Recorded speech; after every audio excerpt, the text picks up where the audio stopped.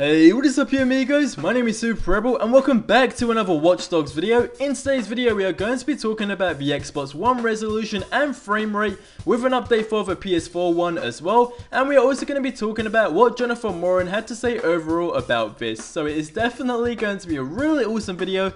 As always, if you guys are going to enjoy it, make sure you guys do punch that like button. Let's try to get something over 100 plus likes, guys. That'd be really appreciated, and especially because there are only 13 days left until Watch Dogs will be releasing. I am so excited, I cannot wait any longer. But without further ado, let's get straight into the video.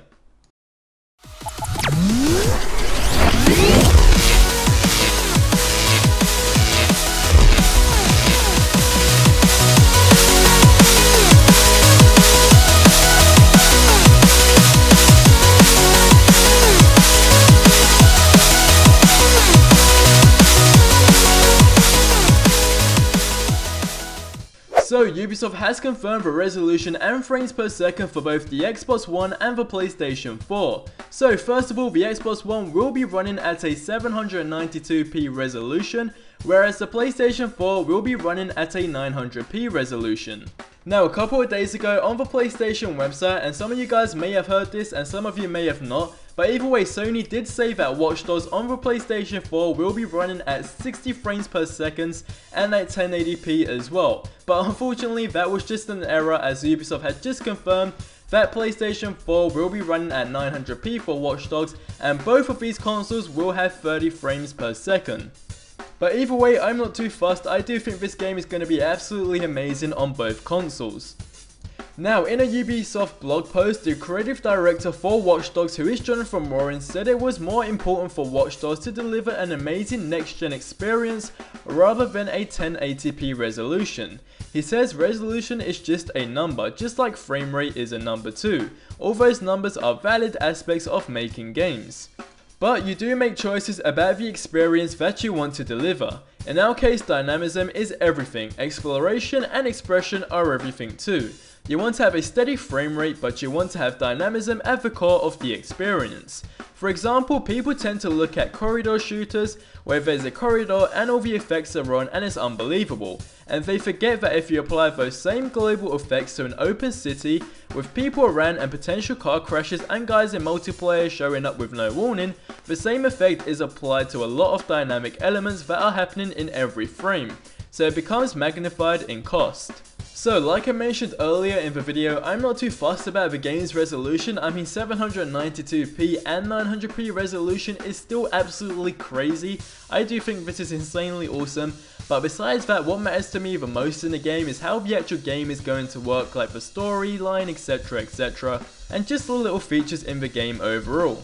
So considering that this game was delayed, a lot of people were saying why not use the extra time to boost a few things up. And this is exactly what the guys at Watch Dogs did say, and Moran replied back by saying the effort was split on continuing dynamism and making sure players can express themselves through hacking without ever being disappointed in how the game responds to them, whether it's visually or through the gameplay.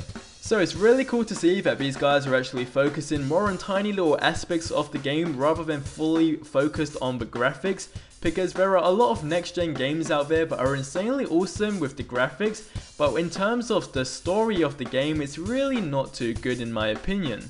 And all I ever usually hear is resolution, resolution, and resolution, but it's really important to understand that none of this resolution stuff has anything to do with that kind of stuff. Unlike Jonathan did say himself, that's why stuff like that can scale a bit down so that we never compromise the soul of Watch Dogs. And just a little cool fun fact of today's video is that Watch Dogs has officially gone gold a few hours ago. I will link you to an article in the description below, and it's a really cool article because it just basically walks you through the whole process of this game, so it's something really awesome to read. So go ahead, check it out. I will leave a link for you in the description below. But I would like to know from you guys right now down in the comments below, which console will you be getting this game on and what matters to you the most in an open world sort of game. And on a scale 1 to 10, how much does resolution mean to you? Let me know right now down in the comments below. But either way, this does bring today's video to an end, and I hope you guys did enjoy this one. And I do apologize if I sound a bit miserable. I'm not actually miserable, it's because I had a sore throat yesterday, and I'm still recovering because my voice just constantly keeps going for some odd reason.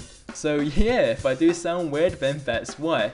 But if you are new to this channel, thank you for stopping by. Please do hit that subscribe button below to stay up to date with the latest in Watch Dogs news, ideas, updates, and all that good stuff. That'd be really appreciated. And of course, you will become an amigo and part of the amazing, awesome, beautiful team. And just to let you guys know, we did have the Watch Dogs podcast up yesterday, so if you didn't see that, I will leave a link for you in the description below. But either way, I will see you in my next video, which will be tomorrow. But until then guys, hope you have an awesome day, and adios amigos.